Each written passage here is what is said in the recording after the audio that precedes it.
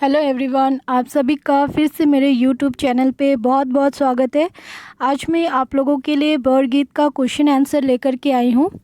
अगर आपको इस लेसन का एक्सप्लेनेशन भी चाहिए तो मुझे कमेंट सेक्शन में कमेंट कीजिएगा। ओके, यहाँ पे मैं आपको बेसिकली एमसीक्यू क्वेश्चन मैंने पुट अप नहीं किया है, ठीक है। एमसीक्यू क्वेश्चन के अलावा जो हमारा 2 नंबर क्वेश्चन है, ठीक है, निम्नलिखित प्रश्नों के उत्तर दीजिए, मैंने वो क्वेश्चन ही पुट अप किया है।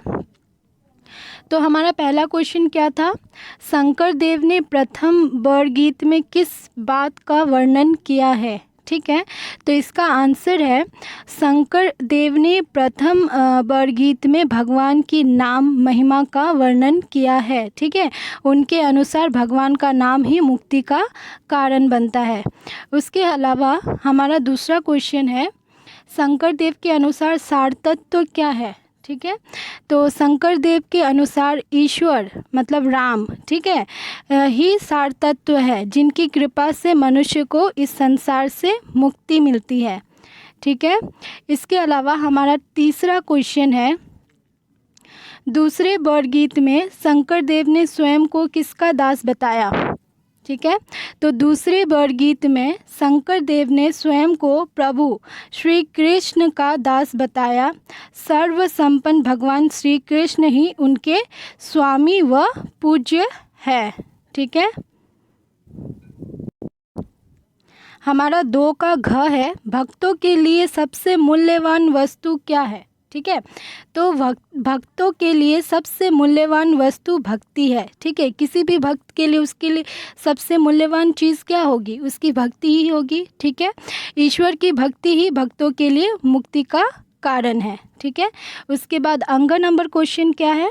अंतर जल छूटे कमल मधुकर पिए। ठीक है, यहाँ पर मधुकर शब्द किसके लिए प्रयुक्त हुआ है? ठीक है, तो यहाँ पर मधुकर शब्द भौरे रूपी भक्तों के लिए प्रयुक्त हुआ है। ठीक है, इसके अलावा हमारा 3 नंबर क्वेश्चन नंबर 3, निम्नलिखित प्रश्नों के समयक उत्तर दीजिए। ठीक है, तो ये सारे क्वेश्चन भी मैंने यहाँ पे पुट अप किए हैं, मैं एक बार रीड करके आपको दिखा देती हूँ। ठीक है, पहला क्वेश्चन क्या है हमारा, शंकर देव ने राम नाम बोलने के लिए क्यों कहा है? ठीक है, तो देखिए इसका आंसर, शंकर देव के अनुसार भगवान का नाम ही मुक्ति का कारण बनता है। उनका मानना है कि ईश्वर की भक्ति ही हमें सांसारिक कष्टों से मुक्ति दिला सकता है। यह संसार बैतरणी नदी के समान है, जिस प्रकार बैतरणी नदी में पापियों को जिस प्रकार कष्ट भोगना पड़ता है, उसी प्रकार यह संसार भी कष्टपूर्ण है। इससे उद्धार पाने के लिए या आसानी से पार करने के लिए ईश्वर भक्ति के अलावा कोई दूसरा उपाय नहीं है। जिस प्रकार सिंह का गर्जन सुनकर हाथी भय से भाग जाता है, उसी प्रकार भगवान का नाम सुनकर पाप भय से भाग जाता है। एक व्यक्ति यदि ईश्वर के नाम का उच्चारण करे तो उसे सुनकर 100 व्यक्ति इस संसार के कलेश से मुक्त हो जाता है। इस प्रकार राम का नाम लेकर ही धर्म, अर्थ का काम और मुक्ति का सुख अनुभव कर सकते हैं। 3 का ख देखिए, 3 का ख क्या है? शंकर देव ने संसार को दुखमय क्यों कहा है? ठीक है, शंकर देव ने इस संसार को दुखमय कहा है क्योंकि यह संसार क्या है? मायामय है। ठीक है, इस संसार में चारों तरफ लोभ, मोह, काम, क्रोध आदि फैले हुए हैं। कुसंस्कार के कारण मनुष्य का चित्त अशुद्ध हो जाता है। चित्त माने उनके मनुष्य का आत्मा। ठीक है, क्या होता है? कुसंस्कार के कारण हम मतलब मनुष्य की आत्मा क्या हो जाती है? अशुद्ध हो जाती है। ठीक है, ऐसे सांसारिक मायाजाल में फंसे लोगों को अंतकाल पछताना पड़ता है। शंकर देव कहते हैं कि इस कष्टपूर्ण संसार से मुक्ति पाने के लिए भगवान का नाम ही एकमात्र सहज उपाय है। इसके अलावा हमारा 3 का ग है क्वेश्चन, नाम पंचानन नादे पलावत, इस पंक्ति में नाम की तुलना पंचानन से क्यों की गई है? ठीक है। तो यहाँ पे देखिए, नाम पंचानंद नादे प्लावत, प्रस्तुत पंक्ति में नाम की तुलना पंचानन यहाँ पंचानन शब्द किसके लिए यूज़ किया गया है? पंचानन अर्थात सिंह, ठीक है, से की गई है। जिस प्रकार ईश्वर का नाम सुनकर पाप भय से भाग जाता है, उसी प्रकार सिंह की गर्जना सुनकर हाथी भय से भाग जाता है। इस प्रकार ईश्वर के नाम और सिंह की गर्जना, ठीक है, सिंह की गर्जना में समानता है। इस पंक्ति के माध्यम से शंकरदेव ईश्वरी नाम और शक्ति और सामर्थ्य का बोध करा रहे हैं। उनका कहना है कि नाम की महिमा अद्भुत है। एक व्यक्ति यदि ईश्वर के नाम का उच्चारण करे तो उसे सुनकर 100 व्यक्ति इस संसार के कलेश से मुक्त हो जाता है। मतलब अगर एक इंसान भगवान का नाम अगर जप रहा है, उनका नाम का जाप कर रहा है, उनका नाम ले रहा है, तो उससे क्या होता है, संसार के 100 व्यक्ति 100 व्यक्ति क्या होते हैं, संसार के कलेश से मुक्त हो जाते हैं। ठीक है, इसीलिए शंकर देव ने नाम की शक्ति का एहसास कराने के लिए पंचानन यानी सिंह से तुलना की है। ठीक है, इसके अलावा हमारा 3 का घ है। हमारा 3 का घ का क्वेश्चन है, याहे भक्ति ताहे मुक्ति। ठीक है, शंकर देव ने ऐसा क्यों कहा है, अपने शब्दों में लिखिए। ठीक है, याहे भक्ति ताहे मुक्ति, शंकर देव ने ऐसा इसीलिए कहा है क्योंकि ईश्वर की भक्ति करने वाले को ही क्या मिलती है, मुक्ति मिलती है। वह जानते थे कि भक्ति के बिना शास्त्रों का सार तत्व समझ नहीं आता है। वे कहते हैं कि कमल के फूल अपने अंतर में स्थित मधुर रस निकाल देते हैं, परंतु उसका पान मतलब क्या होता है, पीना, मधुकर भौरे ही करते हैं। ठीक उसी प्रकार भक्त भी यह जान गए हैं कि जिसकी भक्ति मुक्ति भी उसी की है। ठीक है, इसके अलावा हमारा अंग नंबर आ गया 3 का अंग।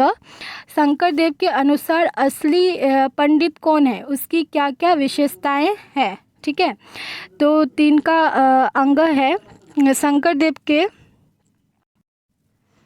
3 का अंग है। शंकर देव के अनुसार असली पंडित वही है जो शास्त्रों के सार तत्व को जान लिया है। ठीक है, उनके निम्नलिखित विशेषताएं इस प्रकार है। वे ईश्वर का नाम कीर्तन गाते हैं, राम नाम के सार तत्व मतलब राम नाम का जो अर्थ होता है उसे अच्छे से समझते हैं या जानते हैं। ठीक है, वे भगवान की महिमा को जानकर उनका गुणगान करते हैं।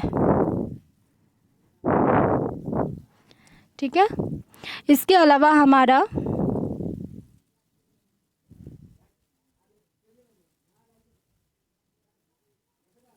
Sorry for disturbance. ओके, हम लोग नेक्स्ट क्वेश्चन में जाते हैं। हमारा पहला क्वेश्चन है मतलब 4 का पहला क्वेश्चन। 4 नंबर क्वेश्चन क्या है, देखिए, निम्नलिखित पाद्यांशों के भावार्थ लिखिए। मतलब आपको एक पाद्यांश दिया गया है और उसका आपको भावार्थ अर्थात मीनिंग लिखना है।